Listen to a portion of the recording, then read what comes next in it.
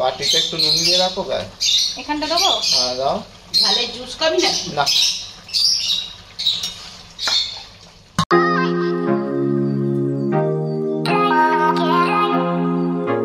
ওটা জল পড়েছে তো ওই জন্য। আজকে স্কুল থেকে কি পেয়েছো চিত্রাঙ্কনের হ্যাপি বার্থডেতে?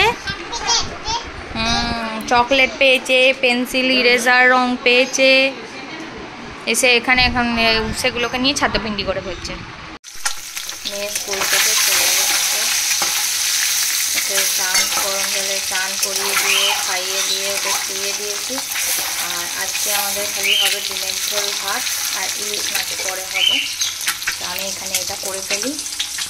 জাস্ট একটা পেঁয়াজ দিয়ে, পেঁয়াজ এখন ব্যাংকের লকারে রাখতে হবে সেই জন্য অল্প পেঁয়াজ দিয়ে। আর এখানে এই কটা আলু আর ডিম দিয়ে একটা তরকারি করে রেখে দিচ্ছি।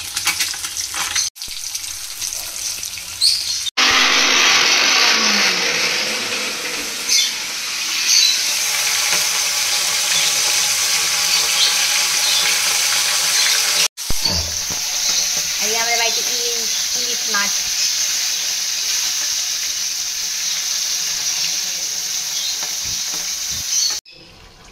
আজকে খাবো আমি হচ্ছে ইলিশ মাছের তেল। মাছ ঝালটা কি হবে তুলে নেবো? ইলিশ মাছ আর ভাত। আমি বলছি ওর তেলটাই নুন দেওয়া আছে না? একটু খেয়ে দেয় না, একটুখানি নুন দে। ওই বাটিতে একটু নুন দিয়ে রাখো গায়ে। এখানটা দেবো? হ্যাঁ দাও। ঝালের জুস খাবি নাকি? না।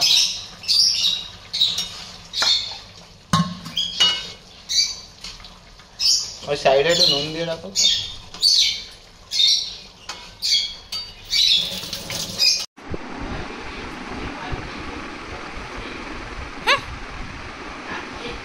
এখানে এখন মেয়েটা সমস্ত ওই যে এতগুলো জামা প্যান্ট আছে সব বেছে বেছে এবার এরকম করে পাট করে আলমারিতে ঢোকাবো।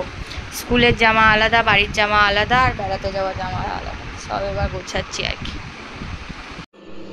আমি আমার 2.5 বছরের বাচ্চাকে এইরকম খাওয়াই। যখন চিকেন থাকে বাড়িতে, অল্প 2-4টে পিস থাকলেও হয়, চিকেনকে ভালো করে নুন, হলুদ, অল্প রসুন দিয়ে ভালো করে আগে চিকেনটাকে গরম জলে ধুয়ে নিয়ে ভালো করে সেদ্ধ করে, তারপর নুন, হলুদ, রসুন কুচি দিয়ে তারপর ভালো করে সেদ্ধ করে ভেজে নিয়ে গোবিন্দভোগ চাল কি এমনি নর্মাল চাল দিয়ে নুন মিষ্টি দিয়ে এরম করে আমি পোলাও, ভুনা খিচুড়ি যাই বলো করে আমি খাওয়াই ওকে।